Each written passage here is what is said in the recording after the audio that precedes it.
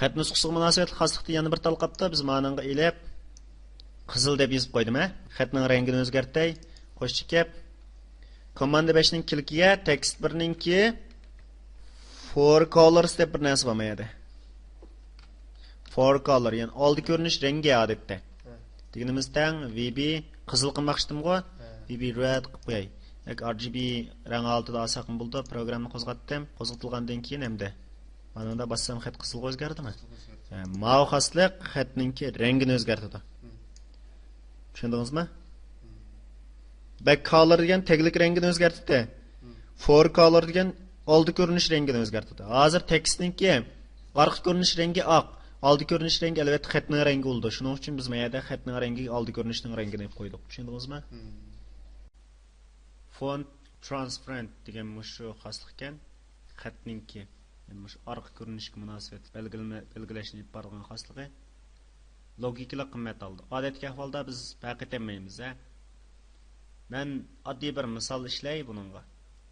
Eng avval orqa ko'rinish rangini tangshitayman, back colors'ni. Boshqa bir rangga tangshib qo'yay. Boshqa bir rangga tangshib qo'yganning yoqi mush ko'znakningki rasm xosligidan foydalanib bir parcha rasmni seplab qo'yay.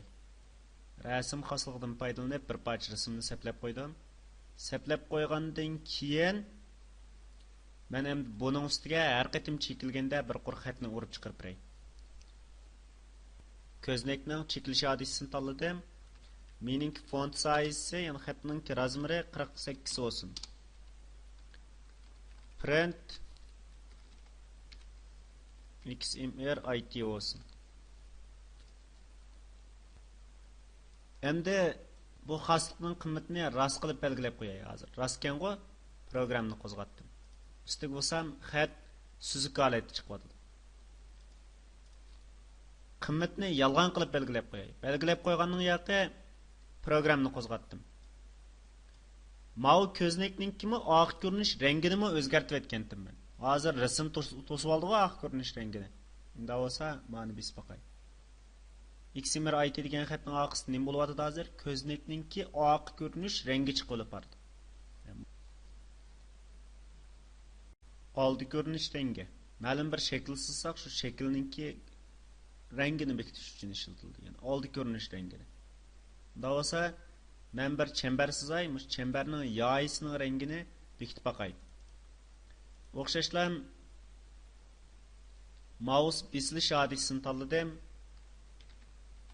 Chambar sizish programmasi orqali mousening chekilgan o'rnini markaz qilib turib bir chambar sizdim.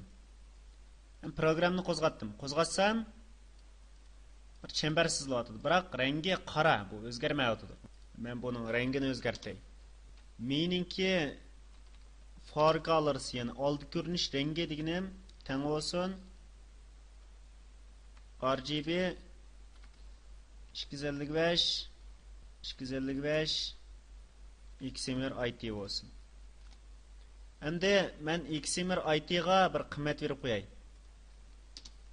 Static XMR IT as integer butun son olsin. XMR IT deganimiz teng XMR IT qo'shib birman 25 bo'lsin. Programni qo'zg'atdim. Qo'zg'atib cheksam qora, seriq o'zgaryapti rang. Asta-asta o'zgardi, ama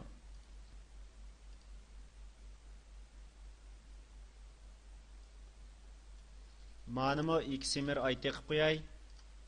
Programni qayta qo'zg'atdim. Endi qizildan suslab menyapti-ku. Tadrij qizildan suslab menyapti. Demak, for color deganimiz oldi ko'rinishning rangi. Yani bu sızılgan sızıqning rangi for color bo'ladi. Oldi ko'rinishning rangi. Hozir men ko'znakni bundaq egizligini nim qilsam o'zgaryapti-da. Egizligini tangsam. Demak, buning egizligi qarta mashg'ulot tep bardigan vaqtimizda mush xoslikdan foydalanamiz. Yani eng ustidan eng pastga bo'lgan oraliqni o'lchash uchun egizlikdan foydalanamiz. Forumning egizligi 9155 ekan-ku. Forumning loadiga forumningki mavzu stoniga chiqirib forumningki egizligini deb boqay. 4155'te chiqirpadimi? 4155. Men bundaq pastga sersam o'zgarmaydi ma programma. Sababi nima? Chunki mayada programmani men forumning loadigan qo'zg'alish hodisiga yozib qo'ydim. Agar men mush programmani ashundaq cho'ng kichiklik o'zgargan vaqtida, ya'ni egizligi mas o'zgarsin desam, resize deydigan bir hodisi bor mayada. Resize degan hodisiga, ya'ni razmir o'zgarish degan hodisiga kelib programmani yozib, qo'zg'atsam 4155 a men mayaqqa kengaytsammi o'zgardimmi, biroq egizlik o'zgarmagan ekan bilinishmidi. Endi egizlikni o'zgartib boqay. O'zgaryaptimda? İşte egizligini belgilab berdi hozir. Egizligi qancha bo'lsa, shuning mas o'zgaryapti-ku.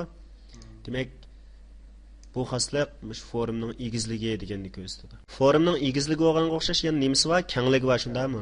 Davos biz kenglik deganni nima deydi, ko'rib boqaylik. Mana bu kenglik degan xoslik, ya'ni width 6550 kan 40 kan hozir. Men komandadan birini ilib, mush komandani har bir basqa vaqtimda mushning kengligi mas nisbati o'zgarsin desam, ma programmani o'chiribday. Forum birninki kengligi deyishdi hozir. Kengligi teng bo'lsin. Forum birninki kengligiga har qatimda o'zini qo'shib berganga bo'lsin. Programmani qo'zg'atdim. Qo'zg'atgandan keyin hozir jim turyapti-ku. Men mana undaq bassam, kenglik qanday qilyapti? O'zgaryapti. Ko'znakning egizligidan boshqa yana biz diqqat qilishga tegishli mandaq bir egizlik bor, ya'ni ekranning egizlik va kengligi. Ko'znakning ustidagi tekst 1 va tekst 2 dan iborat 2 dan tekstni oldim. Loadga mandaq program yozdim. Tekst 1ninki teksti deganim teng ekranning egizligi bo'lsin. Tekst 2ninki teksti deganim teng ekranninki kengligi bo'lsin. Programni qo'zg'atsam, navbatdagi ekranning egizlik kengligini ko'rsatib berdi menga. Egizlik kengligini ko'rsatib berdi. Bu yerdan shuni ko'rilish bo'ladiki, screen height deganimiz ekranning egizligini ko'rsatadi. Screen width deganimiz ekranning kengligini ko'rsatadi. Demak, ekranning egizligi va ekranning kengligini topmoqchi bo'lsak, mushu screen orqali topamiz. Screen deganimiz ekran. Forumni men tik bo'lgan shaklda chiqarib olmoqchi bo'lgan bo'lsam qanday qilaman? Ma knopkani ichiga men mayaga forum 1 ning kengligi teng bo'lsin, forum 1 ningki nimasiga deb yozib berman. Qanday narsa tik bo'lgan bo'lsa, egizligi ham kengligi teng bo'lgan narsa, shundaymi? Davos mayaga kengligi egizligi teng bo'lsin deb berman. Egizligi teng bo'lsin. Programmani qo'zg'atsam, hech qanday o'zgarish yo'q. Hozir kengligi keng bo'lmaganki egizligiga qaraganda, ammo bunda bassam tik bo'lgan shaklga keldimmi bu? Tenglashdi degan gap. Bundan keyin bassak o'zgarmaydi, chunki bu tenglish bo'ldi. Ham siz agar egizlikni bundaq egiz qilib qo'yib, mana bassangiz, o chaqda yana tikdat bilan olti keladi. Mana tushundingiz, a? Kenglik va egizlikni tushundingiz. Egizlikdan keyin bizga mayada icon deydigan bir xoslik bor ekan. Icon degan gap sin belgini ko'rsatadi odatda. Ya'ni Windows'ninki shu har bir ko'rinayotgan rasmlarni bizga nisbatan icon, ya'ni sin belgi deb ataymiz. Unda bo'lsa biz shu yumshoq detalimizni mush o'ringa chiqqan vaqtida qanday icon seplaydiganimizni mush o'rinda belgilab beramiz. Hozir qarsam VB-ninki o'zi belgilab qo'ygan icon su ekan. Men buni ijro vujud qilib ekran yuziga chiqarib boqay. Yega Muxtar deb kirgizib qo'ydim. Qisam VB-ninki o'zininki sin belgisi olib chiqdimi yaga? Men ham boshqa bir xil icon belgilay olamdim, yo'qmi deydigan masala chiqdi menga. Unda o'z biz ko'rib boqaylik.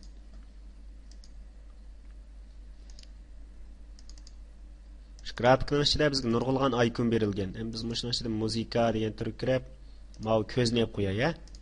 Ko'zni oldim-ku. Ko'z mayaga almashdi. Almashgandan keyin men buni ijro vujud qilib boqay. O'xshashlar muxtar bo'lsin. O'zgardimi? Hozir ko'zning shakliga o'zgardi. Demak, mushu o'ringa chiqilgan iconni belgilash uchun yoki mavzu ustundagi mushu iconni belgilash uchun biz icon degan xoslikdan foydalanamiz. Ya'ni bu icon degan xoslikning qimmati icon hujjati bo'ladi. Hujjat tiplari bor ekan-ku, mushkil hujjat tiplarini qo'llaydi. Boshqa JPG, BMP, UCI, rasmlarni bu qo'llab bermaydi. Mana tushundingizmi?